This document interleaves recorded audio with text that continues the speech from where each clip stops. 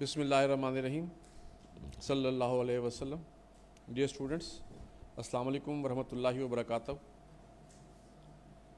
I welcome you all in these exam-focused revision session series February 2023. Today we are conducting first of 5 sessions of CAF 4 Business Laws. The timing of today's session would be from 2 p.m. to 5:30 p.m. These sessions are also available at ICAP houses Karachi, Islamabad, Faisalabad, Multan, Gujranwala, Peshawar, and for the first time in Quetta. The students of other cities and abroad can join us using ICAP student Facebook page, which is icap.ca students. The students on Facebook page can ask their questions in comment section and on a WhatsApp number which is 0308 165 9703. 0308 165 9703. The material being used today will be available through a link in comments section of this video. The link will be pinned so that students can find it easily. We are lucky enough that we have Sir Syed Atif Hassan Abdi with us for these sessions. He is a phenomenal individual known for his compassionate and benevolent attitude towards CA students.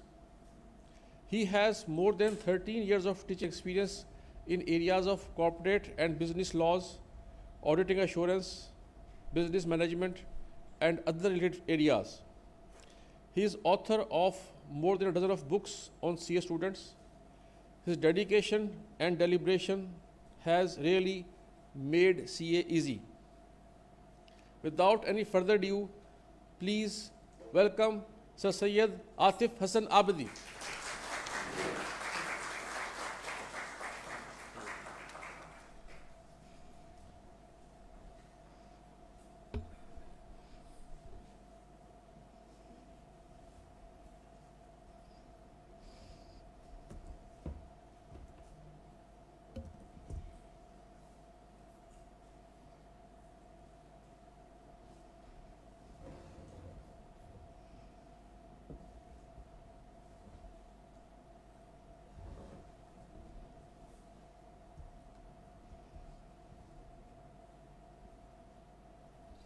अस्सलामुअलैकुम। ये अनायत साहब ने ज़रा कुछ ज़्यादा जज्बाती तकरीर कर दी। ये ख़ुद अच्छे आदमी हैं तो ये ज़्यादातर बड़े अच्छे तरीके से लोगों को याद करते हैं। तो सबसे पहले तो मैं थैंक्स कहूँगा आईकैप को एक बड़ी आइडियल अपॉर्चुनिटी प्रोवाइड करने के लिए।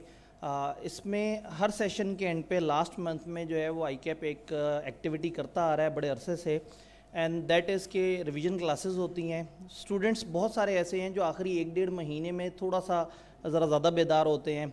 कुछ ऐसे स्टूडेंट्स होते हैं जिन्होंने पढ़ाई की भी होती है और वो चाहते हैं कि चीज़ों को रिवाइज़ करें। कुछ ऐसे स्टूडेंट्स होते हैं जिनके कुछ चैप्टर्स स्किप हो गए होते हैं और वो अपनी क्लासेस के फ़्लो के साथ नहीं पढ़ सके होते। तो this is the ideal time कि वो उस वक्त एक मिनिमम टाइम में उसको कवर कर सकें, रिवाइज़ कर सकें। तो ये एक बड़ी मज़ेदार ऑफिशियल एक्टिविटी है जिसमें स्टूडेंट्स को ऑफिशियली बुलाया जाता है। लाहौर में हो रही होती हैं, साथ में अलग अलग कैंपसेस में स्टूडेंट्स आ रहे होते हैं। फिर ये जो फेसबुक पे लाइव रिले हो रहा होता है यूजिंग बड़ा हाई टेक इक्विपमेंट और आईटी के लोग मिलके कर रहे होते हैं। तो ये ओवरऑल एक बड़ी मज़े की एक्टिविटी है और स्टूडेंट्स हर दफ़ा इससे काफ़ी फ़ायदा उठाते हैं। स्टिल हम देखते हैं कि अगर साल पहले, 1.5 साल पहले, 2 साल पहले कोई रिवीजन क्लासेस हुई होती हैं तो वो भी अभी तक स्टूडेंट्स साथ साथ वॉच कर रहे होते हैं। और बहुत सारे स्टूडेंट्स ऐसे हैं जो थोड़ा सा सेल्फ पे पढ़ रहे होते हैं, कुछ के फाइनेंशियल इश्यूज़ होते हैं, तो ये रिवीजन क्लासेस उनको काफ़ी हेल्प करती हैं। तो एट एनी गिवन टाइम ये रिवीजन क्लासेस आप हमेशा एक दूसरे को रिकमेंड किया करें। जब भी आईकैप एक्टिविटी कराए उसमें पार्टिसिपेट किया करें, चाहे वो रिवीजन क्लास 1 दिन की है, 2 दिन की है, 5 दिन की है, जितने भी दिनों के ऊपर स्प्रेड है। हर टीचर आके अपना बेस्ट देने की कोशिश कर रहा होता है। मैं आपको बताऊं, जब टीचर्स यहाँ आईकैप में आते हैं ना तो वो कॉलेज की तरह कैजुअल नहीं होते। उनके ऊपर एक प्रेशर होता है क्योंकि उन्होंने एक बड़े कम टाइम में बहुत ज़्यादा इन्फॉर्मेशन देनी होती है। और दूसरा ये है कि वो ये समझते हैं कि स्टूडेंट्स जो है वो बार बार इन सेशंस को देखेंगे तो वो बहुत ज़्यादा टाइम फोकस होकर चल रहे होते हैं। तो इन सेशंस की खास बात ये है कि ये कम टाइम में आपको बहुत ही ऑप्टिमम रिजल्ट देते हैं। यानी कि यहाँ हमारे पास इतना टाइम नहीं होता कि हम बैठ के बहुत सारी चीज़ें लिखना शुरू कर दें या बहुत ज़्यादा चीज़ें जो है वो उसमें टाइम लगा दें। तो हम कोशिश ये करते हैं कि अपना डाटा पहले से तैयार करके आएँ और उसमें यहाँ मिनिमम टाइम में आप तक इंफॉर्मेशन पहुँचाने की कोशिश करें। एक साल पहले भी, उससे पहले भी, मज़ीद एक साल पहले भी बिज़नेस लॉ के अंदर मैं आया था और कोशिश ये की थी कि ज़्यादा से ज़्यादा चीज़ें डिलीवर हों। इन रिवीजन क्लासेस में इंशाल्लाह हम लोग प्लान ये करेंगे कि 5 डेज़ बड़ा इफ़ेक्टिवली चलें। पढ़ने का एक तरीका ये है कि आप आखिरी महीने में क्या करते हैं, हर दिन 3 सब्जेक्ट उठा के पढ़ना शुरू करते हैं और हर दिन किसी एक सब्जेक्ट का कोई ना कोई टारगेट मिस हो जाता है, वो अगले दिन पे चला जाता है और अगला दिन उतना ही ज़्यादा तकलीफदेह हो जाता है। एक तरीका ये होता है कि आप 30 दिन पढ़ें और 30 के दिन 3-3 सब्जेक्ट्स पढ़ें और हर सब्जेक्ट को फॉर एग्जांपल 3-3 घंटे दें। आपने 90 आवर्स देने हर सब्जेक्ट को, लेकिन 30 दिनों पे स्प्रेड हुए हुए हर दिन 3-3 घंटे हर सब्जेक्ट को मिले। और फिर क्या हुआ, आप टेक्स्ट पढ़ रहे हैं तो लॉ की बारी नहीं आई, लॉ पढ़ रहे हैं तो FR1 की बारी नहीं आई, FR1 पढ़ना शुरू किया, अभी मज़ा आना शुरू हुआ था कि टाइम देखा कि इसका टाइम तो ओवर हो गया, अब लॉ पढ़ना है, अब लॉ की तरफ जाएंगे, फिर एक नया माहौल बनाएंगे। मैं आपको बताऊं, टाइम मैनेजमेंट की बेस्ट स्ट्रेटेजी ये है कि आप टाइम स्लैब्स दें एक एक्टिविटी को। एक बंदा जो दिन में 10 काम करता है वो 10 दिन तक भी बहुत अच्छा काम नहीं करेगा, और एक बंदा जो एक काम एक दिन में करता है वो बहुत ज़बरदस्त तरीके से करेगा। रादर देन कि आप डेली 9 घंटे पढ़ें और 30 दिन तक 9-9 घंटे पढ़ें और by the end of that activity आप कहें कि हाँ जी मैंने 30 दिन में 3 सब्जेक्ट्स तैयार किए हैं। आप अगर 6 दिन या 7 दिन एक सब्जेक्ट को देते हैं, मैं कहता हूँ आप 7 दिन एक सब्जेक्ट को देते हैं और डेडिकेटेडली 7 दिन देते हैं, तो ये 7 दिन उन 30 दिनों के 3-3 आवर से बेहतर है। आप 7-7 दिन दें 3 सब्जेक्ट्स को, 21 दिन बने टोटल, आपने 30 डेज से कम टाइम में सारी चीज़ तैयार कर ली। यानी होता ये है कि जब आप एक सब्जेक्ट पढ़ रहे होते हैं तो उसी को ही सोच रहे होते हैं, उसी के पास पेपर तैयार करते हैं। से कि बिजनेस लॉ में आपके पास एक दिन हो और आपने सिर्फ 3 चैप्टर्स तैयार करने हो, तो सोचें आपके पास पूरा दिन कितना टाइम होगा। 3 चैप्टर्स आपने पढ़ने हैं, उनको रिवाइज करना है, हो सकता है आप इतना टाइम हो कि आप उनको लिखना भी शुरू कर दें और उसके बाद उसके पास पेपर्स की भी प्रैक्टिस करें। तो जब आप उठते बैठते सोते जागते बिजनेस लॉ कर रहे होंगे तो आपको ख्वाब भी बिजनेस लॉ के आएंगे। आप जब उठेंगे तो अचानक से चैप्टर 3 याद आ रहा होगा, आपके दिमाग में पास पेपर्स चल रहे होंगे। तो जब आप इस तरह से टाइम स्लैब पूरा का पूरा एक सब्जेक्ट को देते हैं तो बड़ा आइडियल है। अगर आपके लिए पॉसिबल है और आप ये 5 दिन जो ICAP के हैं और उसके साथ कनेक्टेड एक का दिन, और अगर आप ये 6-7 दिन 5-6 दिन डेडिकेटेडली बिजनेस लॉ को दे देना तो बड़ा ऑप्टिमम हो जाएगा। जो लोग फेसबुक पे लाइव देख रहे हैं या बाद में जो रिकॉर्डेड फॉर्म में ले रहे होंगे, वो जिस वक्त भी ये सेशंस लें वो उस वक्त 6-7 दिन डेडिकेट कर दें बिजनेस लॉ के नाम पे। हम हर दिन उतना पढ़ेंगे जितना एक दिन में पढ़ा जा सकता है या एक दिन में जितना पढ़ा जाना चाहिए। एक आध डे ऐसा है जिसमें थोड़ा सा लोड ज़्यादा होगा, अदरवाइज़ किसी भी दिन इतना ज़्यादा लोड नहीं होगा कि आप उसको रिवाइज़ ना कर सकें। तो क्लासेस को स्टार्ट करते हैं। हमारा जो टारगेट है, देखेंगे कि हमारा स्केड्यूल क्या है, फिर हमने जो बुक्स हैं वो कौन सी फॉलो करनी है, इश्यूज़ क्या हैं हमारे ICAP में इस पेपर को लेके, पेपर का पैटर्न क्या है, रीसेंट चेंजेस क्या आई हैं उसके बारे में थोड़ी सी बात करनी बड़ी ज़रूरी है क्योंकि लोग उससे बड़े ज़्यादा परेशान हुए हुए होते हैं। सिलेबस आउटलाइन का एनालिसिस, टिप्स एंड टेक्निक्स, और देन टीचर से क्वेश्चन कैसे आंसर करने हैं। क्लास में तो आप साथ साथ पूछ रहे होते हैं, रिवीजन क्लास थोड़ा सा वन वे चल रही होती है, टाइम कम होता है तो यहाँ पे साथ साथ सवाल जवाब नहीं होते। तो मैं आपको इसमें बताऊंगा कि हमारे पास क्या क्या तरीके हैं। इससे पहले कि हम आगे जाएँ, ये जो recent changes by ICAP in the book है ना, इसको थोड़ा सा समझ लेते हैं। पिछले तकरीबन कई दिनों से ना स्टूडेंट्स की बहुत सारी मेल्स आ रही हैं, वो कह रहे हैं सर वो ICAP ने एक नोटिफिकेशन दिया है कि चेंजेस आ गई हैं बहुत ज़्यादा बिजनेस लॉ में, और वो नोटिफिकेशन देखें तो उसमें लिखा हुआ है इतनी इतनी इस जगह को ये चेंज कर दो, इस जगह को ये चेंज कर दो, इस जगह को ये चेंज कर दो। तो हुआ ये है कि वो जो नोटिफिकेशन है वो ICAP ये बता रहा होता है कि ड्यूरिंग द सेशन अगर कोई अपडेट्स हैं, कोई फीडबैक है किताब में, तो ICAP उसको इनकॉर्पोरेट कर रहा होता है। तो हुआ ये है कि जो नोटिफिकेशन आया है उसमें ICAP की अपनी कुछ एग्जाम्पल्स की वर्डिंग रिवाइज हुई हैं, कुछ एग्जाम्पल्स के सोल्यूशन में छोटे बहुत क्लैरिकल मिस्टेक्स थे वो रिवाइज हुए हैं। तो उन्होंने जितना कुछ भी नोटिफाई किया है वो मेनली अपने ही प्रैक्टिस एग्जाम्पल्स, अपने ही क्वेश्चंस, अपनी ही एग्जाम्पल्स को रिक्लैरिफाई किया है। यानी there is no change in the contents of syllabus. ऐसा नहीं है कि आपने कहा कि जी वो एक गाइडेंस डॉक्यूमेंट मौजूद है, ऊपर से वो फिर फेसबुक पे वायरल भी हो जाता है और हर बच्चा अच्छी तैयारी करने के बावजूद ना उसको देख के परेशान हो जाता है कि जी वो ICAP तो चेंजेस ले आया, बिजनेस लॉ तो बदल गया, मेरी तो क्लासें ज़ाया हो गई, मैं तो अब नए सिरे से पढ़ना पड़ेगा। तो ऐसा कुछ भी नहीं है। वो चेंजेस कॉन्टेंट्स ऑफ सिलेबस में नहीं है, आपके नोट्स में नहीं है, वो चेंजेस आपके सिर्फ और सिर्फ जो क्वेश्चंस हैं, एग्जांपल्स हैं जो किताब ने दी हुई थी, सिर्फ उन्होंने उसको क्लैरिफाई किया है, कुछ एग्जांपल्स वगैरह के सोल्यूशन में माइनर मिस्टेक्स थी, उसको ICAP ने क्लियर किया है। तो एक चीज़ यहाँ से आपने वो कर लेना है कि there is no recent change by ICAP in the book. कोई चेंज नहीं आया, इस पे मत परेशान हो कि चेंजेस बहुत ज़्यादा आ गए हैं। जो हमसे रिलेटेड एरिया उसमें कोई चेंज नहीं आया। देन थोड़ा सा आगे चलते हैं। ये हमारा मास्टर प्लान है इंशाल्लाह ताला। 5 डेज़ की जो रिविजन्स हैं, जब हम 5 दिन पढ़ते हैं और लगातार पढ़ते हैं तो वो भी बहुत अच्छा नहीं है, हमें ब्रेक्स ले लेनी चाहिए। ये दरमियान में आपको कुछ टाइम नज़र आएगा, ये ब्रेक्स के लिए हमने मुख्तस किया है। यानी कि 3.5 घंटे के सेशन में हम 3 सेशंस करेंगे इंशाल्लाह, 3 सेशंस करेंगे और सारे सेशंस जो है वो 1-1 घंटे के होंगे। कोशिश करेंगे कि आपको 1 घंटे से ज़्यादा इकट्ठे ना पढ़ाया जाए। अगर किसी सेशन का टारगेट थोड़ा बहुत ऊपर नीचे हो रहा है तो 5-10 मिनट आगे पीछे होने का इसमें मार्जिन है। तो 2 से 3 तक हमारा फर्स्ट सेशन हुआ करेगा इंशाल्लाह, 15 मिनट की ब्रेक, 3:15 से 4:15 सेकंड सेशन हुआ करेगा इंशाल्लाह, फिर 15 मिनट की ब्रेक और फिर आखिरी सेशन 1 घंटे का। ये 2 15 मिनट की ब्रेक, एक 15 मिनट की ब्रेक में हम असर की नमाज अदा कर सकते हैं और एक ब्रेक में जो है वो हम थोड़ा सा ईजी होके टीचर के अगले वार के लिए तैयार कर सकते हैं अपने आप को।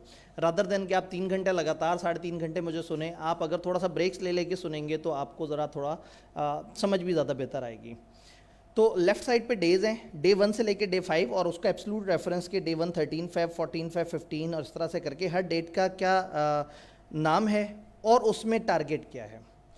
तो अगर आप देखें तो हमारा जो फर्स्ट सेशन है इसका टारगेट सामने नज़र आ रहा है, how to cope with CAF 4 syllabus analysis tips and techniques. मैं हमेशा मानता हूँ कि 6 महीने पेपर की तैयारी करने के बजाय 2 महीने बहुत ज़्यादा तेज़ी से रट्टा लगाने के बजाय अगर किसी वक्त 2 घंटे बैठ के समझ लिया जाए कि सिलेबस क्या है तो गेम बड़ी आसान हो जाती है। समटाइम स्ट्रेटेजी आपको चाहिए होती है, समटाइम आपको ये देखना होता है कि आप किस चीज़ को किस तरह से कवर कर सकते हैं, कौन सी चीज़ को किस तरह से कवर कर सकते हैं। एक मिनट में ज़रा, ये हमारा जो कीबोर्ड है ये खुद ही से जज्बाती होकर रिएक्ट कर रहा है। मेरा राइटिंग एक्सपीरियंस थोड़ा सा ख़राब हो जाएगा, लेकिन खैर मतलब मैं बहुत अच्छा पहले भी नहीं लिखता था, तो थोड़ा सा इसको कीबोर्ड को सेट कर लेता हूँ। तो समझना बड़ा ज़रूरी है, रादर दैन कि हम किताब उठाएं और धड़ाधड़ तैयारी शुरू कर दें। हमें ये पता होना चाहिए कि कौन कौन से चैप्टर्स हैं, किन किन के ब्लॉक्स बनते हैं, कौन से चैप्टर से किस किस्म के सवाल आ रहे हैं और हमने किन चीज़ों को किस तरह से लेके चलना है। तो इंशाल्लाह ताला हम सारी उसके ऊपर भी बात कर रहे होंगे। तो देन आज का टारगेट जो है वो थोड़ा रिलैक्स है। चैप्टर 2 और 3 ये कॉन्ट्रैक्ट टैग के बेसिक चैप्टर्स हैं, लेकिन इससे बेस बनती है कंप्लीट कॉन्ट्रैक्ट टैग की, और इसी तरह से हम हर दिन के एक टारगेट को लेके चलते जाएंगे। मैंने प्लान कुछ इस तरह से किया है कि हर चैप्टर को इंशाल्लाह हम पास पेपर समेत ख़त्म करें, बट दिस कैन हैपन कि एक दिन एक टारगेट मीट हुआ और टाइम इस तरह से हो गया कि ब्रेक का टाइम आ गया और पास पेपर करने पे 15-20 मिनट लगने हैं, जिससे हमारा सारा स्केड्यूल आउट हो। हम उसको होल्ड कर लेंगे और फिर किसी और दिन जब हमारे पास टाइम मिला हम उसको कवर कर लेंगे। नहीं तो हमारे पास लास्ट डे टाइम मिले, फिर भी अगर कोई 2-3-4 ऐसे चैप्टर्स बच गए जिनके पास पेपर ना डिस्कस हो सके तो हम उसको बाद में अपलोड भी कर देंगे। ये जितनी भी क्लासेस हो रही हैं इसमें जो डेली का हमारा स्टडी मटेरियल है ये जिस बुक से लिया गया है, मेरी बुक की सॉफ्ट कॉपी एक लिंक में अटैच है। ये जो कमेंट्स हैं फेसबुक के, जो पहला कमेंट है उसमें 2 इंपॉर्टेंट चीज़ें हैं। नंबर 1 एक गूगल ड्राइव का लिंक जिसमें ये सारी जो स्लाइड्स हैं जहाँ से एक्सट्रैक्ट हुई हैं किताब, वो किताब सॉफ्ट में मौजूद है। और हर डे एंड पे ये जो हमारे ये जो जितनी भी स्लाइड्स इस्तेमाल हुई हैं इस पर जितने भी मैंने मजीद निशान लगाए हैं, इस पर जो कुछ भी लिखा हुआ है, चूँकि किताब में तो प्लेन टेक्स्ट है तो हो सकता है कि आप कहेंगे जी सर ने जो स्लाइड्स यूज़ की थी उन स्लाइड्स पे जो डाटा था वो डाटा हम तक कैसे पहुँचे। तो मैं हर डे के एंड पे जब वो सारी मार्किंग्स कंप्लीट हो चुकी होंगी तो मैं इंशाल्लाह ताला उसको सेव करके उसी गूगल ड्राइव में डाल दिया करूँगा। यानी वो लिंक आपके पास मौजूद है, आप जाएंगे तो एक फ़ोल्डर होगा नॉलेज बैंक, उसके अंदर आपको किताब की सॉफ्ट कॉपी मिलेगी, उसके अंदर आपको हर दिन के सेशन वो दिन ख़त्म होने के बाद वो सॉफ्ट कॉपी में मिल रहे होंगे। उसके अलावा आपको ये 5 दिन का जो टारगेट है, इन 5 दिनों के साथ 5 टेस्ट मिल रहे होंगे। आप एक दिन की एक्टिविटीज़ कंप्लीट करें, वहाँ पे एक टेस्ट अपलोड हुआ होगा डे एंड पे और उसका सॉल्यूशन अगले दिन अपलोड हो जाएगा। तो होगा ये कि आप अपने तौर पर उस टेस्ट को करें और फिर अपने आप को सोल्यूशन से कंपेयर करें, तो आप उसमें आपको इजी रहेगा कि जो आपकी तैयारी है वो सही तरह से चल रही है। इस वक्त ज़ाहिर है एंड ऑफ सेशन है, इस वक्त हम बहुत ज़्यादा एक्सटेंसिव टेस्टिंग नहीं कर सकते, लेकिन 5 टेस्ट इसमें, और देन फिर जब हमारी ये क्लासेस ख़त्म होंगी तो तकरीबन उसके कोई 2-3 दिन 3-4 दिन के बाद हम एक मॉक कंडक्ट कर रहे होंगे इंशाल्लाह।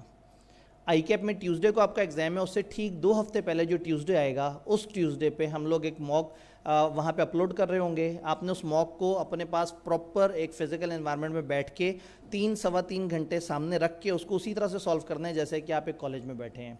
अगर आप किसी कॉलेज में आके बैठना चाहें तो आप वहाँ पे भी जा सकते हैं, हर कॉलेज अपने तौर पे मॉक कंडक्ट कर रहा होता है। तो बहरहाल ये मॉक और इसका सलूशन भी इसी तरह से आपको सॉफ्ट में अवेलेबल हो जाएगा।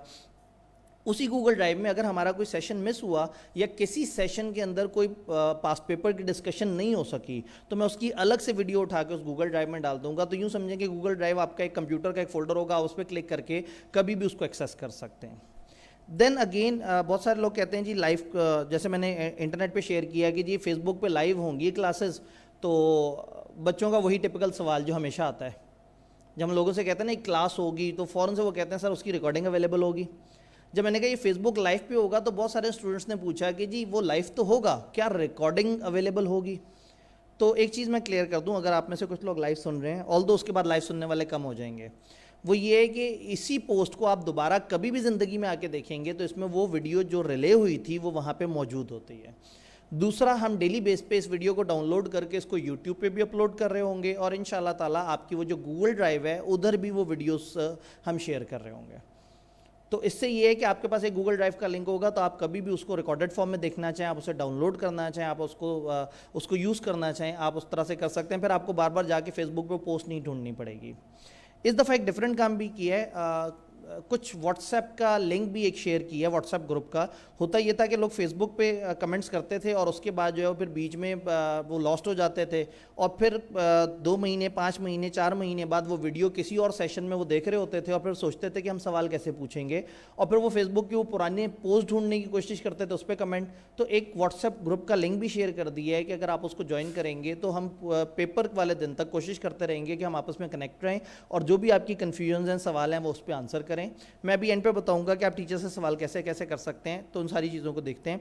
तो अब आपका जो गूगल ड्राइव का लिंक है उसमें आपका किताब की सॉफ्ट कॉपी हो गई, किताब की सॉफ्ट कॉपी में नोट्स हैं, पास्ट पेपर्स हैं, सोल्यूशन है, MCQs हैं। देन उसके बाद सेकंड कैटेगरी है, वहाँ पे 5 टेस्ट अपलोड होंगे हर 5 दिन और पांचों का सोल्यूशन उससे एक दिन बाद इंशाल्लाह अपलोड हो जाया करेगा जब आप उस टेस्ट को कर लें। तीसरा, वहाँ पे मॉक अपलोड हो जाया करेगा और चौथा, वहाँ पे कोई पास्ट पेपर्स का कोई सेशन हम नहीं हमारा मिस हो गया वो अपलोड हो जाएगा। एंड लास्ट थिंग कि हर दिन का हर सेशन, हर चैप्टर की अलग से वीडियो हम कोशिश करेंगे कि ट्रिम करके उतनी वीडियो उठा के वो आपके उस ग्रुप में उस फोल्डर में रख दें ताकि आप उस फोल्डर से जो है चैप्टर वाइज अगर रिवाइज करना चाहें बगैर ढूंढे कि किस दिन कौन सा चैप्टर हुआ था आप उसको अटेंड कर सकेंगे। तो क्या ये बातें क्लियर हैं? ये बातें समझ आ रही हैं?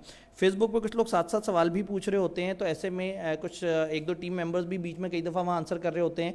मैं हर दिन सेशन के एंड पे जाके अपने कॉलेज में कोई फाइनल वगैरह की क्लासेस से फारे होके रात 11-12 बजे के आसपास दोबारा उन पोस्ट पे आऊँगा और वहाँ पे जो भी कमेंट्स आए हुए हैं उनको आंसर करने की कोशिश करूँगा। तो थोड़ा सा आगे चलते हैं, सारी चीज़ें आपसे डिस्कस हुई हैं। आखिरी दिन जो आखिरी सेशन है उसमें हम इसी तरह से जो है वो डिस्कशन कर रहे होंगे, क्वेश्चन आंसर सेशन। जितना भी आपने 5 दिनों में पढ़ा है, अगर आपका कोई क्यूरी है, कोई सवाल है, कोई चीज़ है जो आप जानना चाह रहे हैं, समझना चाह रहे हैं, तो वो सारी की सारी चीज़ें जो है वो हम इस सेशन में पूछ सकते हैं। तो last session is dedicated for question answer. उस दिन आपके सवाल हैं तो आप रुके रहिएगा, आपके सवाल नहीं है तो आप अपना टाइम बचा के घर चले जाइएगा। उस दिन आप यहाँ पर जो भी सवाल पूछना चाहें आप पूछेंगे, तो इंशाल्लाह ताला हम उसमें आपको साथ साथ हेल्प कर रहे होंगे। कहानी को थोड़ा सा आगे बढ़ाते हैं। बुक्स कौन सी फॉलो की जाएं? आपको पता है कि यहाँ पे आपके पास एक ऑप्शन है ICAP की स्टडी टेक्स्ट की। राइटिंग आपको पता है कि थोड़ी सी ख़राब आएगी, आपने उस पर ज़्यादा माइंड नहीं करना। ICAP की स्टडी टेक्स्ट हमेशा एक ऑफिशियल स्टडी टेक्स्ट होता है जिसमें ICAP ने बड़े अच्छे तरीके से नोट्स, एग्जाम्पल्स, क्वेश्चंस अरेंज किए होते हैं। पहली दफ़ा पढ़ने के लिए बड़ी अच्छी किताब होती है, लेकिन जब लोग रिवाइज़ करना चाहते हैं तो बड़ा परेशान हो जाते हैं, क्योंकि उसमें दरमियान में कुछ टेक्स्ट है, फिर एग्जांपल आ जाती है, फिर प्रैक्टिस क्वेश्चन आ जाता है, फिर अचानक से एक टेक्स्ट आता है। तो होता ये है कि 2 सफ़े में आपको काम की सिर्फ 6 लाइन्स मिल रही होती हैं जिसको आपने याद करना होता है, और स्टूडेंट बड़ा उलझा उलझा सा फील करता है। तो ऐसे में जो नोट्स आपको सॉफ्ट में प्रोवाइडेड हैं वो बुक कहलाएगी बिजनेस लॉ मेड ईजी।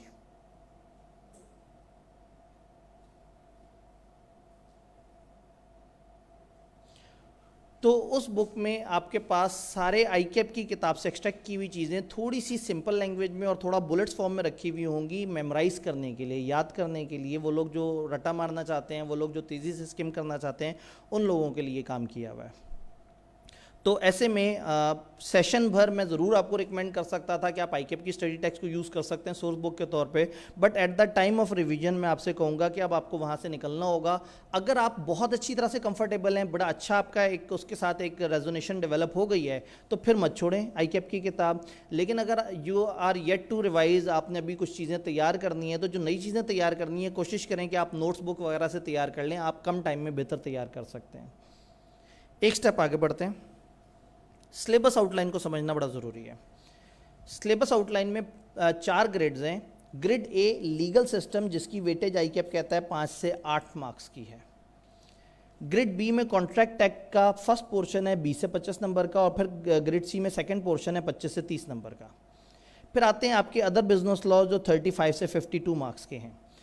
तो सामने मैंने चारों ग्रेड्स को एक्सप्लेन किया है। नीचे grade A chapter 1 legal system है, पाकिस्तान के कॉन्स्टिट्यूशन से निकला हुआ, काफ़ी हद तक क्रैमिंग बेस्ड चैप्टर है, और यहाँ से सवाल लॉजिकल ना होने के बराबर आए हैं। यहाँ से सवाल ज़्यादातर आए हैं जो कि क्रैमिंग बेस्ड हैं।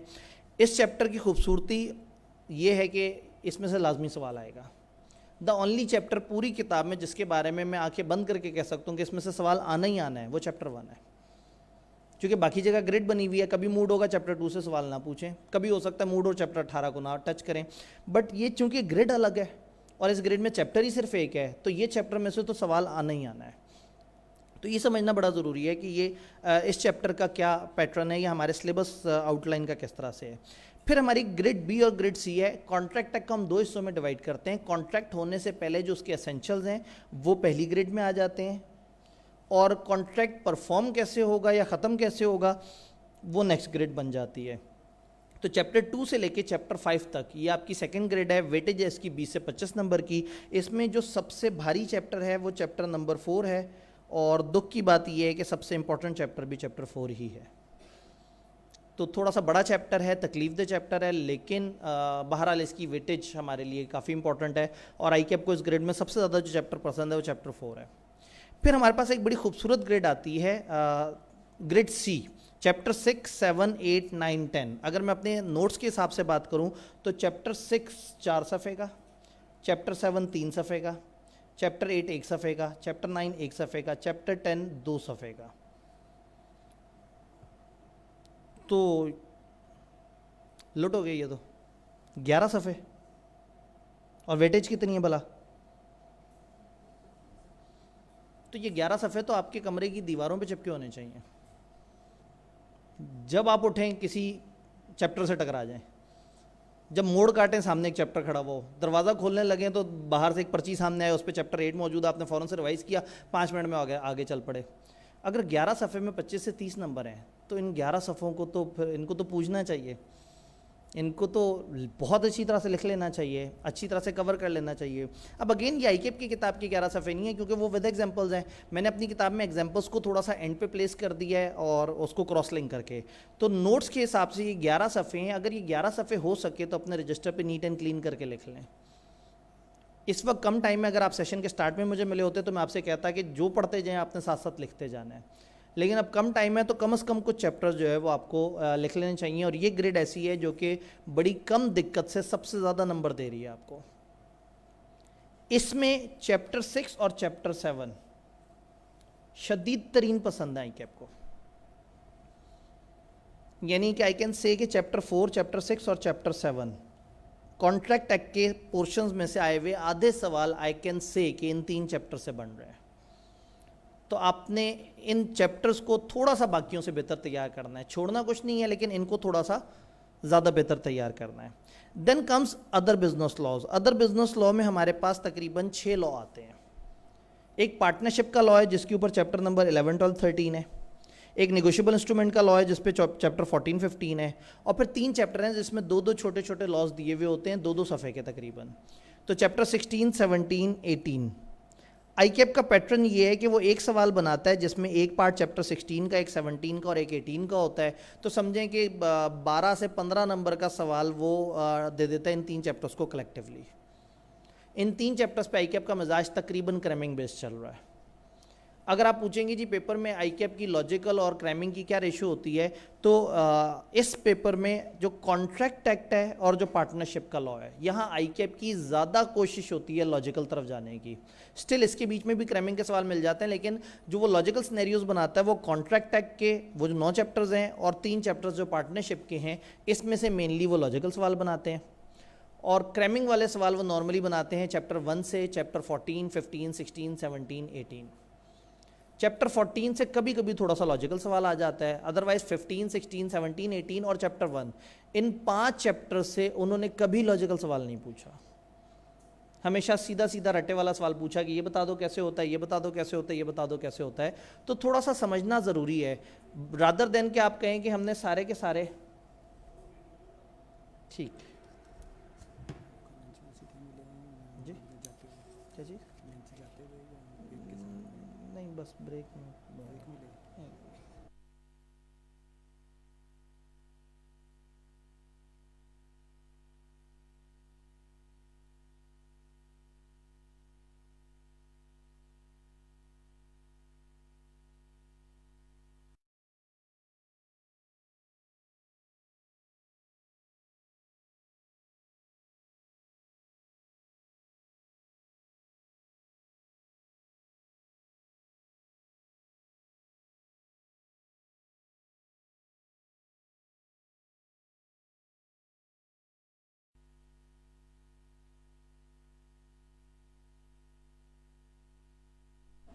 एक बड़ा अहम सवाल था, एक बड़ी काम की चीज़ थी कि ब्रेक्स किस वक्त होंगी। तो मैंने फिर पूछना चाहा कि ब्रेक किस लिए।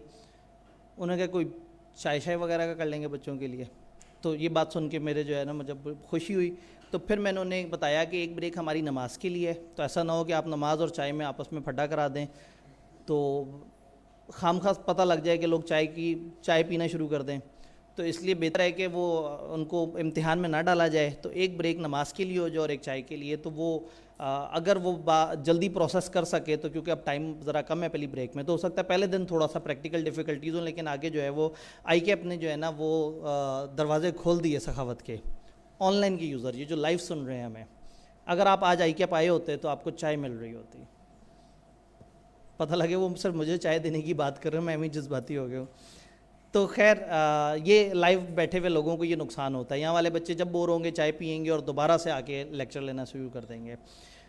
तो गेम समझ आ रही है। चैप्टर 1 15 से 18 तक कंफर्म रट्टे वाला सवाल, 14 में बहुत ही को रेयर लॉजिकल सवाल, वरना वहाँ से भी क्रैमिंग वाला सवाल। फिर 2 से लेके 13 तक जो चैप्टर्स हैं, यानी कि कॉन्ट्रैक्ट एक्ट सारा और पार्टनरशिप, वो लॉजिकल सवाल नॉर्मली यहीं प्लेस करते हैं। और सिर्फ लॉजिकल सवाल ही नहीं, यहाँ से रट्टे वाले सवाल भी आ रहे होते हैं। थोड़ा सा आगे चलते हैं। हमने थोड़ा सा अपने सिलेबस को डिफरेंट टुकड़ों में तोड़ के समझ लिया है कि ये क्या है, किस तरह से इश्यूज़ क्या हैं बिजनेस लॉ के साथ। अगर ये इतना ही मज़ेदार है तो ये फ़ेल क्यों हो जाता है? ये इसलिए फ़ेल हो जाता है कि ये बहुत मज़ेदार है। अगर मैं लिख सका तो एक जुमला मैं अक्सर बड़े शौक से लिखता हूँ,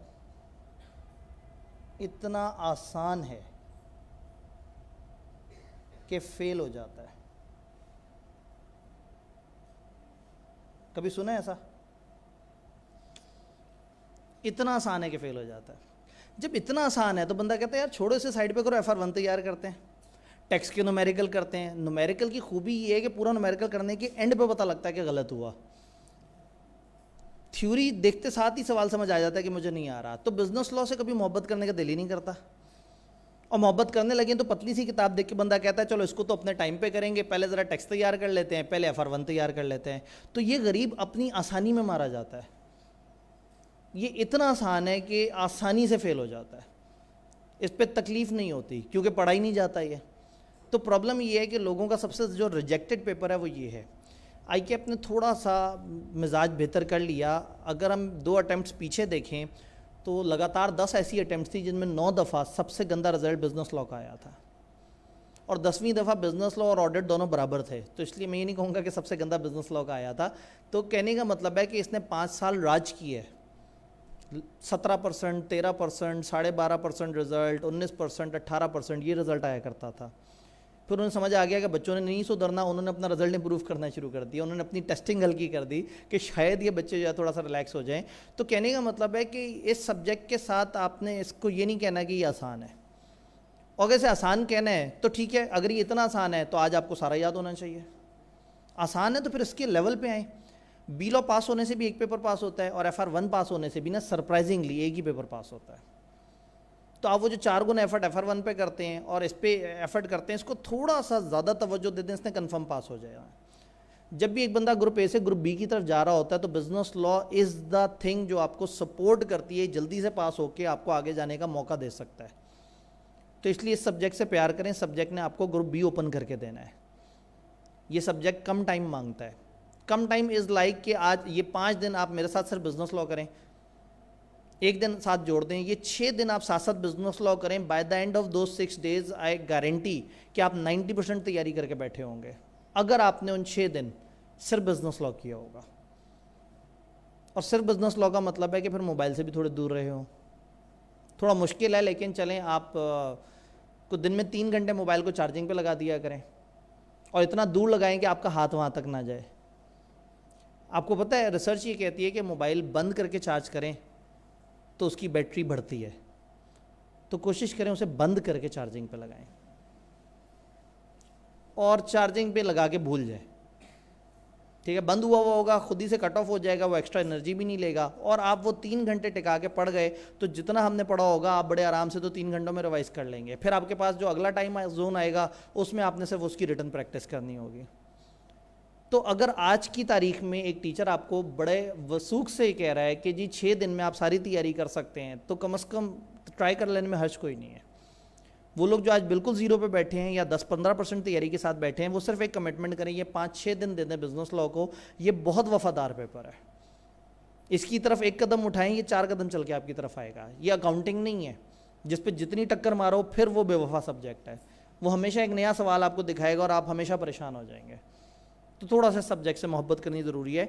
तो इसको ईजी गेम समझते हैं लोग, इसलिए फेल हो जाता है। देन इसमें एक बहुत बड़ा प्रॉब्लम है रिटेंशन। रट्टा नहीं लगता, याद नहीं रहता, भूल जाता है। शुक्र है इसका सिलेबस बहुत ज़्यादा बड़ा नहीं है, तो आप ये काम कर लें कि कुछ चैप्टर्स जो छोटे हैं उनको राइटिंग में कर लें।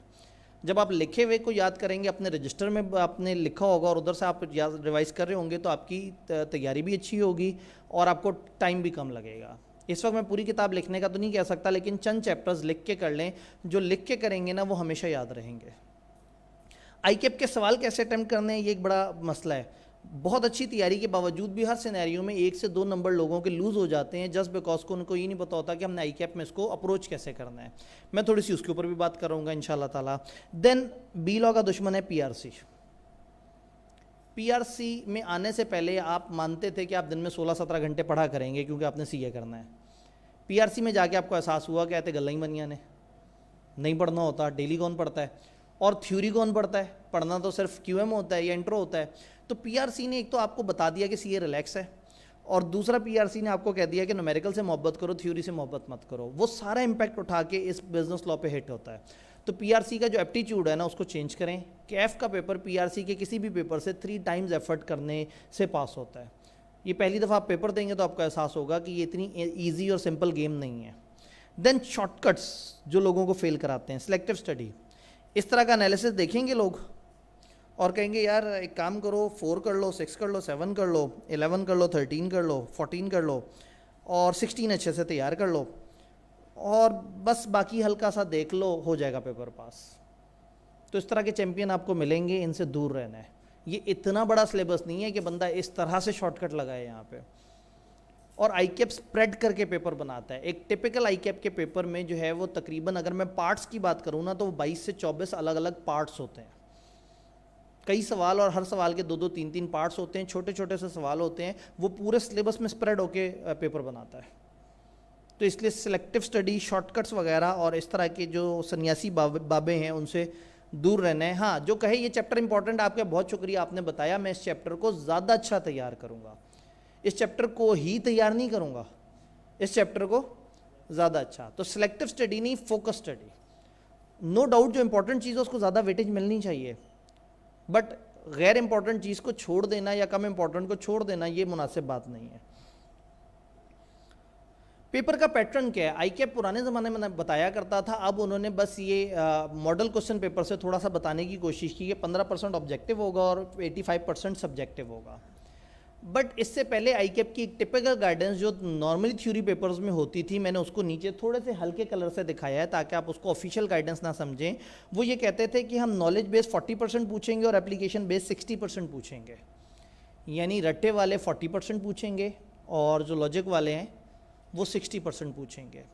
टिपिकल बी लॉ का एक एग्ज़ाम, अगर मैं बिल्कुल रीसेंट पेपर उठा के देखूं तो पिछले 1-2 पेपर्स उठा के देखूं तो एक दफ़ा 35 नंबर और एक दफ़ा 40 number 100% straight forward cramming base सवाल थे। तो इस पेपर में एक एम्पल मार्जिन आपको मिल जाता है। वो बच्चे जो रट्टे के बहुत ज़्यादा शेदाई हैं और जो बड़ा अच्छा रट्टा मार के पेपर में बड़ा ज़्यादा तेज़ी से आगे बढ़ जाते हैं, तो उनको यहाँ पे 35 से 40 नंबर का स्ट्रेट फॉरवर्ड सवाल रट्टे वाले भी मिल जाते हैं। बाकी लॉजिकल है, और लॉजिकल सवाल अगर आपको करना आ जाए तो आपको मज़ा आएगा, वो भी बड़े मज़े के सवाल होते हैं और उसमें से भी कुछ नंबर तो बहुत आसानी से मिल जाते हैं। कुछ ऊपर के नंबर लेने के लिए थोड़ा सा अच्छा लिखना पड़ता है। थोड़ा सा उस तरफ भी बात करेंगे। आईकैप का पेपर कैसे अटैम्प्ट करें? अगर आप थ्योरी के पेपर्स में नए हैं, आप पहली दफ़ा इसमें आ रहे हैं, तो कुछ बातें आपको पता होनी चाहिए। अगर आपने सिर्फ पीआरसी दिया है, ज़्यादातर लोग बिजनेस लॉ में अपीयर होने वाले वो होते हैं जो पहली दफ़ा कैफ का एग्ज़ाम दे रहे होते हैं। यहाँ पे ई मार्किंग होती है। ई मार्किंग का मतलब ये है कि आपको कुछ एहतियात करनी पड़ेगी अपनी आंसर स्क्रिप्ट में। जब आपको आंसर स्क्रिप्ट मिलेगी तो आपने वहाँ पे CRN और अपनी कुछ डिटेल्स उसी पैटर्न पे डालनी होगी जैसे बोर्ड के एग्जाम्स में वो गोले बने हुए होते हैं जिनको आप फुल हाईलाइट कर रहे होते हैं। दूसरा, ई मार्किंग में क्या होता है कि आपके सारे पेपर स्कैन होते हैं और ये सारे पेपर चैट GPT को भेज दिए जाते हैं, वो चेक कर देता है। आपके जहन में इस तरह का कोई इमेज तो नहीं?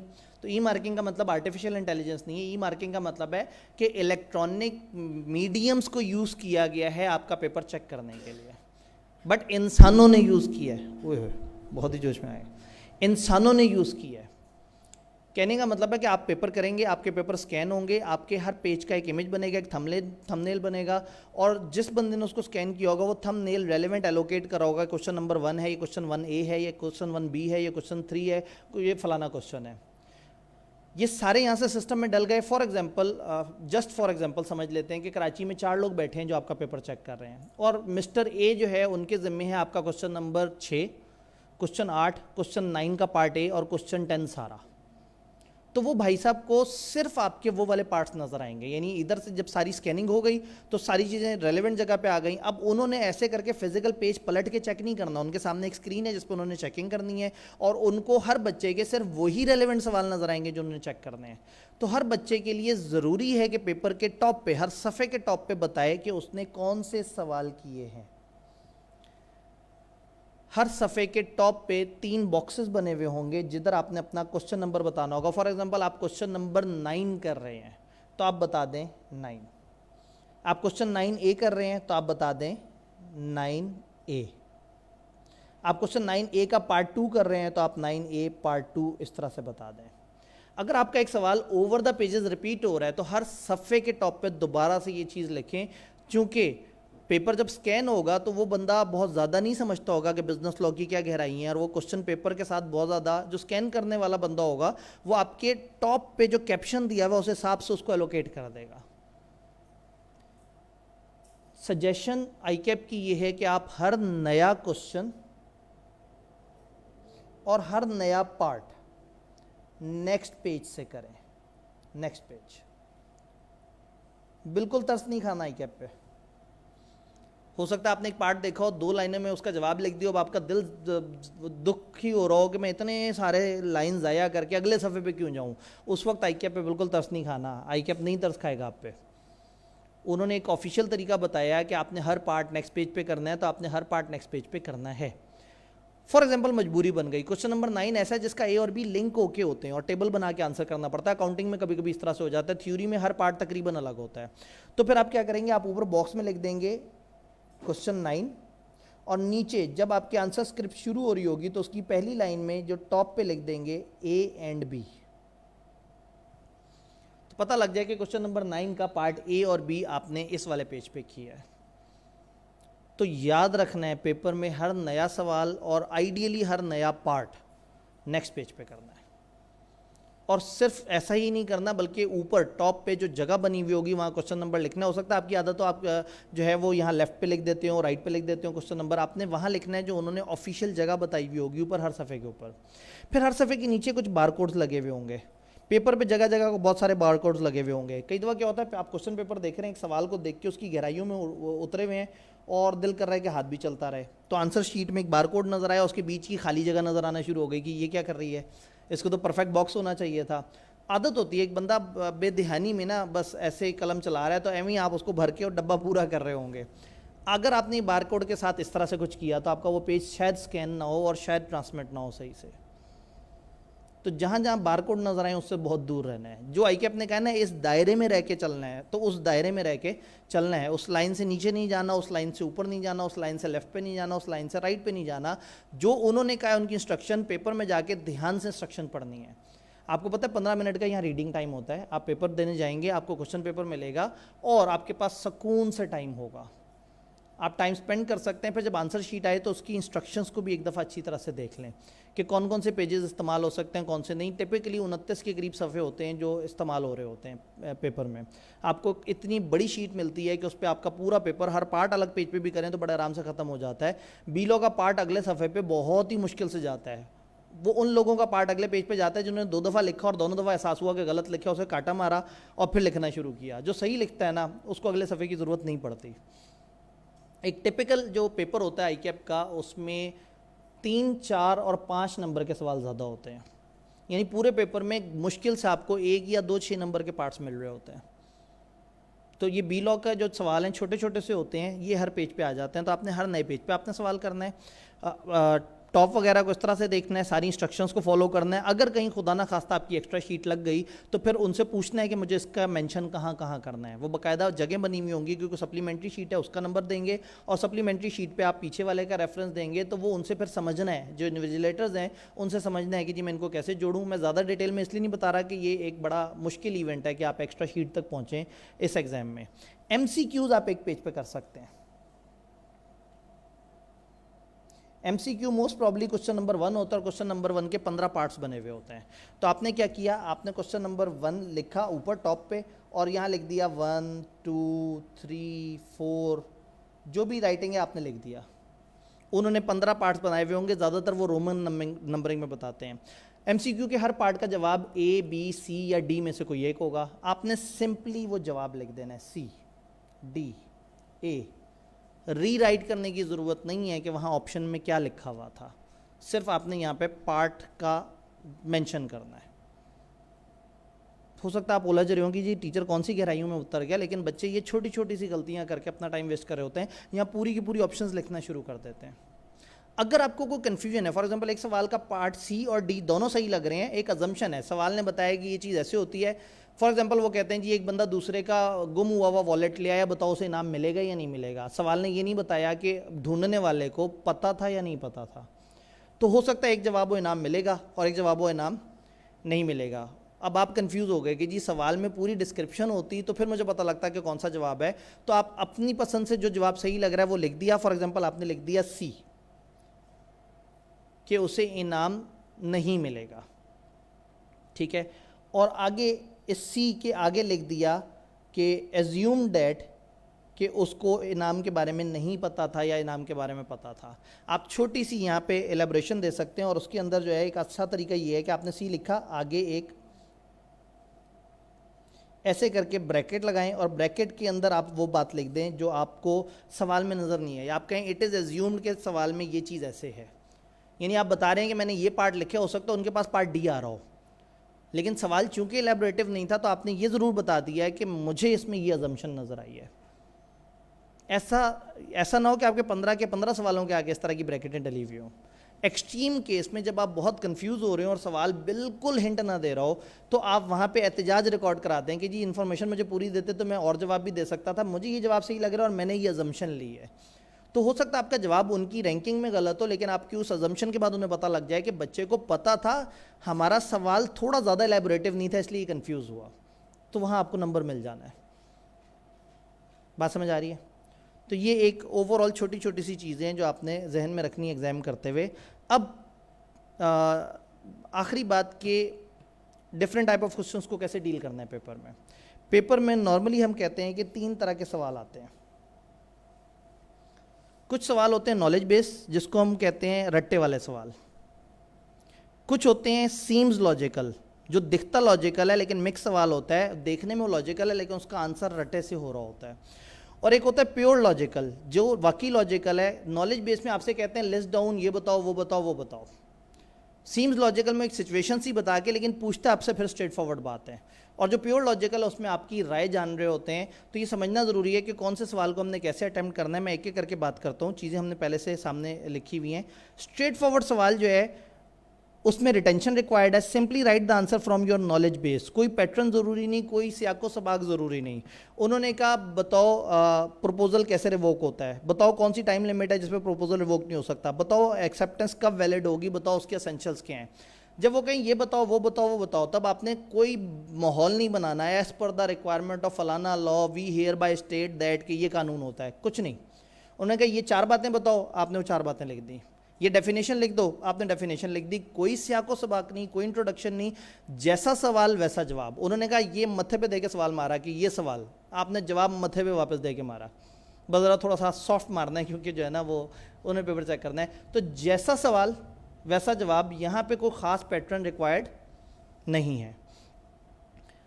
देन सवाल सीम्स लॉजिकल आता है। सिचुएशन कम्प्लेक्स होती है लेकिन रिक्वायरमेंट स्ट्रेट होती है। मैं कहता हूँ आपने सवाल का एहतराम करना है। उन्होंने बेचारों ने एक सिचुएशन क्रिएट की है, आपने उस सिचुएशन का को सपोर्ट करना है, एक सिंपल रेफरेंस दे देना है सवाल का। फॉर एग्जाम्पल वो आपसे कहते हैं कि जी ये एक सिचुएशन है, एक कंपनी जो है वो परेशान है, एक कंपनी दूसरी कंपनी को बहुत सारी ऑफर दे के बैठी हुई है और अब उसे ये नहीं समझ आ रहा कि वो अपनी ऑफर रिवोक कैसे कर सकते हैं। तो गाइड करो उस कंपनी को कि ऑफर कैसे कैसे रिवोक होती है। अब सवाल था ऑफर कैसे कैसे रिवोक होती है, पीछे उन्होंने माहौल बनाया है।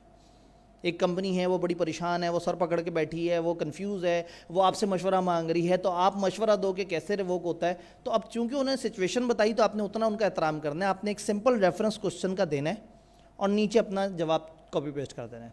आप कहेंगे यहाँ ये वाली कंपनी जिसका ये नाम है उसको हम ये मशवरा देंगे कि ऑफ़र फॉलोइंग तरीक़ों से रिवोक होती है। ये 1.5-2 लाइन लिखी और नीचे अपना रट्टा लिख दिया। अगर आपका रट्टा उबल रहा होता ना कि बंदा पेपर में जाता है, बंदा कहता है बस मैं रट्टा जल्दी से कागज़ पे लिखूं, मुझे भूल जाना है, तो आप इस सवाल को शुरू करते हुए शुरू की 4 लाइनें छोड़ें और नीचे अपना रट्टा लिख दें जो आपको पता है कि प्रपोजल कैसे रिवोक होता है। आपने 4 लाइनें छोड़ के नीचे लिख दिया। अब प्यारा सा एक जुमला बनाएं कि इस वाली सिचुएशन में ये वाले नाम की कंपनी को हम ये बताएंगे कि फॉलोइंग तरीके से रिवोक होता है। ये अल्फाज भी आपको सवाल में मिल जाएंगे, आपको अपनी इंग्लिश बनाने की ज़रूरत नहीं पड़ेगी। आपने वो कर दिया, सिंपल रेफरेंस दिया, क्वेश्चन की वर्डिंग में से कॉपी पेस्ट किया और स्टेप 2 आपने कॉपी पेस्ट कर देना अपने नॉलेज बेस से। यानी कि एग्जांपल ये है कि फॉर एग्जांपल सरिया trader agreed to supply building material to फलाना फलाना फलाना, एक सिचुएशन क्रिएट की है। Under the provision of contract explain the rights available to ये वाली कंपनी अंडर अबव सिचुएशन। अब जब भी एक खास टाइम पे एक इदारा आपकी ऑब्लिगेशन फुलफिल नहीं करता तो आपको 3 राइट्स मिल जाते हैं। ये आपने रट्टा मारा हुआ होता है। अब उन्होंने कहा बताओ ये वाली कंपनी को ये वाली कंपनी पे क्या राइट्स अवेलेबल हैं। तो आपने क्या किया, पहले एहतराम किया कि टाइम यहाँ एसेंस था, सब मतलब ये हम आगे जाके पढ़ेंगे, अभी जस्ट समझाने के लिए। Following would be rights of Khwaja constructor under the, ये जुमला कहाँ से आया है? सवाल ने कहा था assume time was essence of contract, under the provision of contract explain the rights available to KC under above situation. तो हम कहेंगे following are the rights available to KC under the above situation.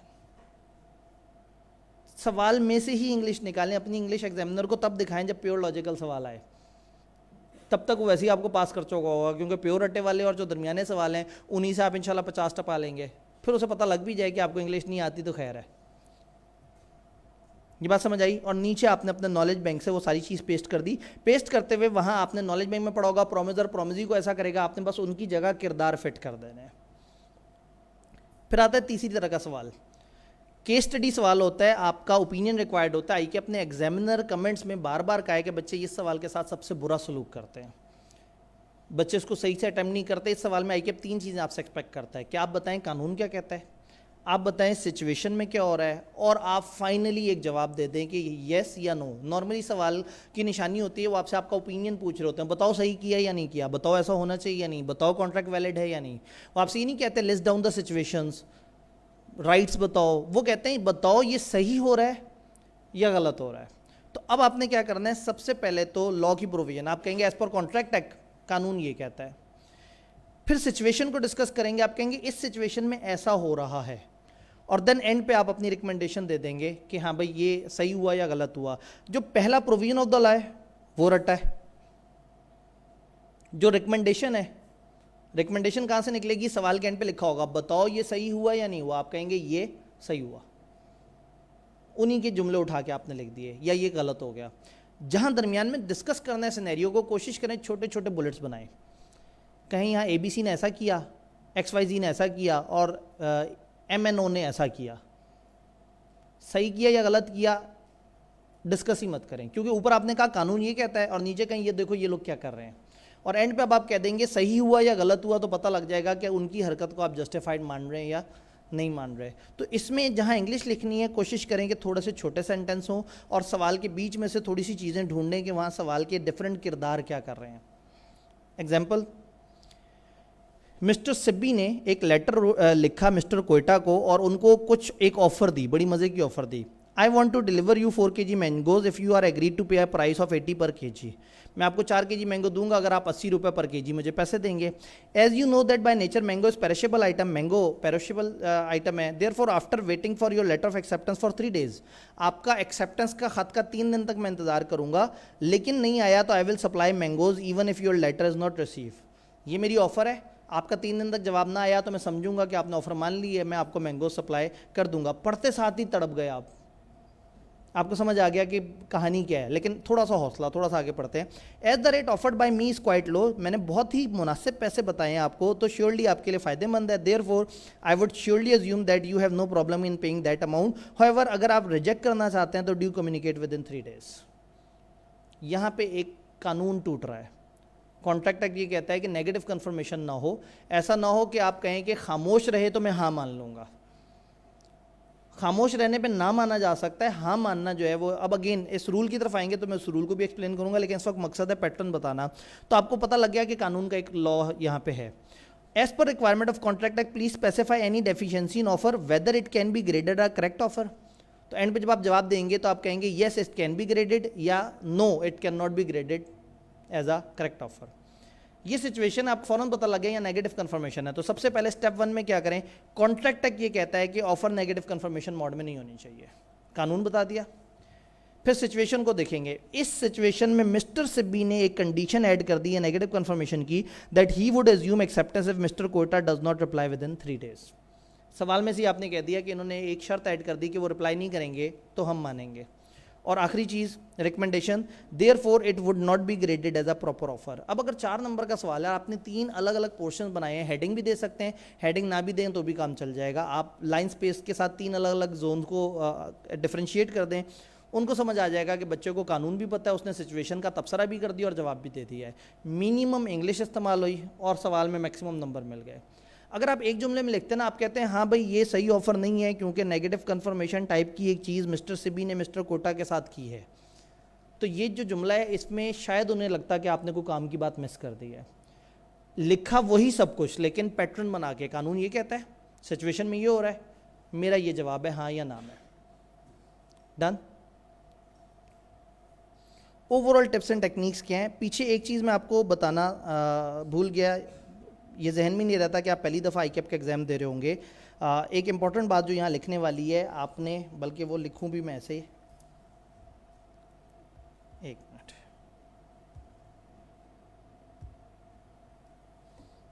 Black, मैंने रंग भी black choose किया है, black colour से paper solve होगा, अगर आप कोई मार्कर यूज़ कर रहे हैं वो भी ब्लैक हो, अगर आप पेन यूज़ कर रहे हैं वो भी ब्लैक हो, कोई बॉल पॉइंट यूज़ कर रहे हैं वो भी ब्लैक हो, कोई पॉइंटर यूज़ कर रहे हैं वो भी ब्लैक हो। क्या क्या चीज़ अलाउड है, क्या अलाउड नहीं है? ब्लैक के अलावा कोई और इंक अलाउड नहीं है, क्योंकि आपका पेपर स्कैन होना है, बाकी इंकें स्कैन हल्की होती हैं। तो अभी से ब्लैक कलर से दोस्ती कर लें। आपके अक्सर लोगों के पास ब्लू बॉल पेन में जो नज़र आ रहे हैं, आप अभी से ब्लैक कलर से लिखना शुरू कर दें, नहीं तो उस दिन बहुत बुरा लग रहा होगा अपना पेपर। तो जब आप मॉक वगैरह अटैम्प्ट करें तो फुल ब्लैक कलर से करें। तो ये बात जहन में रखनी है कि ब्लू वो नहीं मानते, ब्लैक कलर से आपने करना है। ये एक इंपॉर्टेंट बात है जो मुझे लग रहा था बीच में मिस हो रही है। और दूसरा, क्या मार्कर यूज़ कर सकते हैं? मार्कर मना भी नहीं है और पसंद भी नहीं है।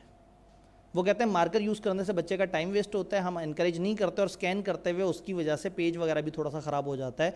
तो उन्होंने एक्सप्रेसली मना नहीं किया, लोगों की आदत बनी होती है बोर्ड के एग्जाम से, लेकिन आप ना यूज़ करें तो ज़्यादा फ़ायदा है, उनको पसंद नहीं है।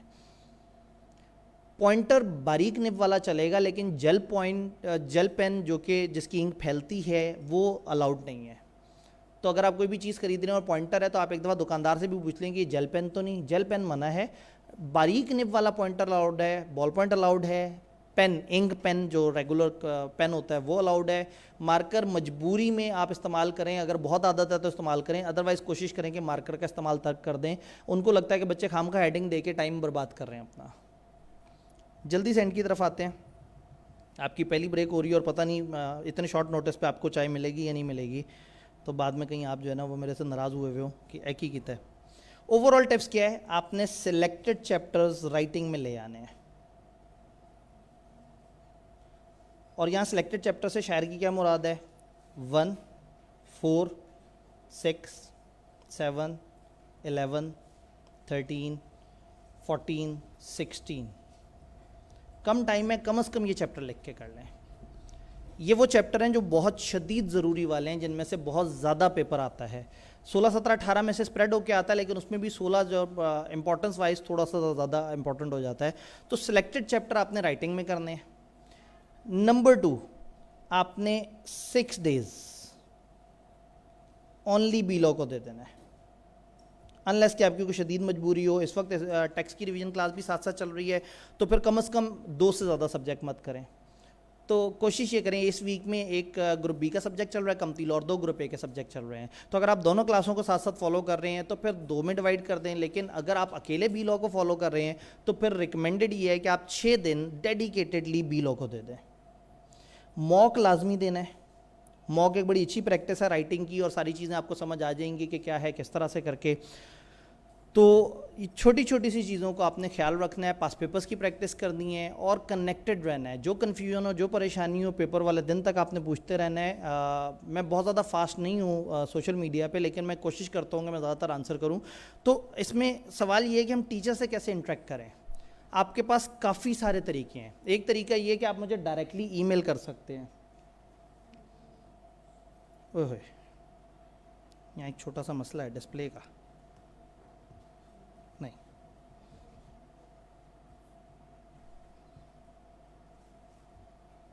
आप लोगों का तो कोड फारिग हो गया। चलें खैर, मैं इस कोड को थोड़ा डिस्प्ले करता हूँ। ईमेल, आप कोई भी चाहते हैं कि आपको अगर अपना सवाल पूछें, किसी और के सामने ना पूछें, आपको डायरेक्टली जवाब मिले, आप मेरे ईमेल पे मुझे ईमेल कर दें। मैं ईमेल्स डेली बेसिस पे चेक करके इन दिनों और साथ साथ रिस्पॉन्ड कर रहा होता हूँ।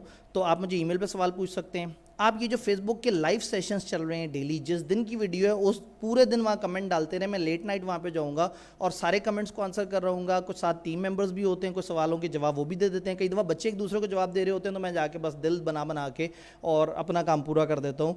तो दूसरा तरीका है हमसे सवाल पूछने का कि जो डेली FB पे लाइव सेशंस चल रहे हैं उसके कमेंट्स में चले जाएँ।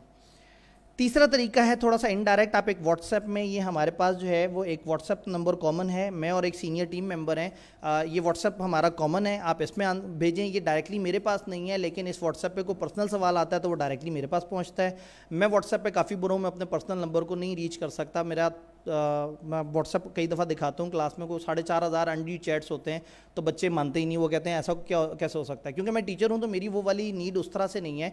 मैं जाता हूँ रेलिवेंट ग्रुप्स के, मैंने लेबल बनाए हुए हैं, तो मैं ग्रुप्स में जाता हूँ, जवाब देता हूँ, वहाँ से निकल आता हूँ।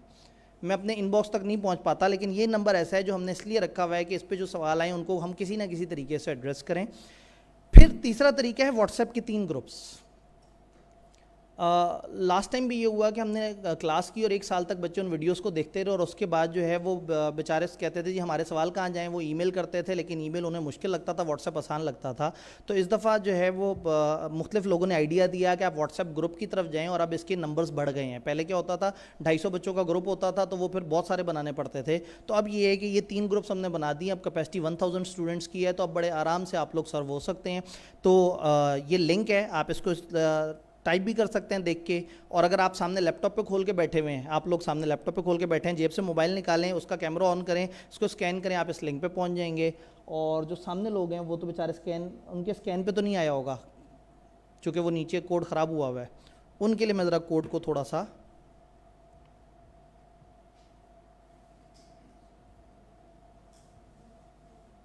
एक मिनट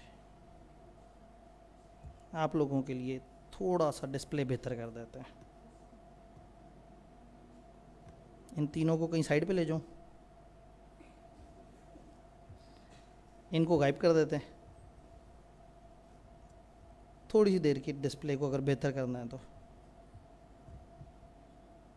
वाह जी वाह, ये शरारती जो है वो नीचे बैठे हुए थे क्योंकि अब आप लोगों के पास आ रहे हैं।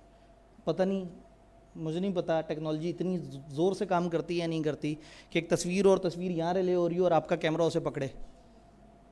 फीडबैक दे दीजिएगा। कैमरा वो कर रहा है, पिक कर रहा है, वाह जी वाह। आप लोगों के कैमरे बड़े महंगे वाले आ गए हैं, क्योंकि बड़े अरसे तक मैं इस तरह की QR कोड को बड़ा कैमरा घुमाता था तो वो नहीं होता था स्कैन पर। मुझे किसी ने बताया कि भाई मोबाइल अच्छा होना चाहिए और दूसरों से मोबाइल कनेक्टेड होना चाहिए इंटरनेट से। तो आप लोग अब जदीद बच्चे हैं तो इसको स्कैन करके आप किसी भी ग्रुप में चले जाएं। ये एडमिन ओनली पे हमने ग्रुप्स रखे हुए हैं। जब ज़्यादा स्टूडेंट्स होते हैं तो काफ़ी ज़्यादा डिस्टर्बेंस होती है। हम क्या करेंगे, रिवीजन क्लासेस में हम साथ साथ डेली का डाटा इन ग्रुप्स में डालते रहेंगे। यानी डेली की जो रिकॉर्डिंग साथ साथ हो रही है, डेली के जो टेस्ट वगैरह हैं वो हम गूगल ड्राइव में भी डालेंगे और इसमें भी शेयर करते रहेंगे। और उसके अलावा बाद में जब हम रिकॉर्डिंग्स को per day chapter wise arrange करेंगे उसको भी इसमें डाल देंगे, मॉक भी इसमें मौजूद होगा। और इसमें डेली फिर हम क्या करेंगे कि दिन में कोई सुबह के वक्त 4-5 घंटे के लिए ग्रुप ओपन कर दिया और आपने जितना भी अपने सवाल थे वहाँ पे पूछ लिए और फिर सिर्फ सवाल चल रहे हैं, जवाब नहीं है। फिर हम ग्रुप को दोबारा एडमिन ओनली कर लें और फिर शाम के करीब हम सारे सवालों को लाइन से जवाब दे दें।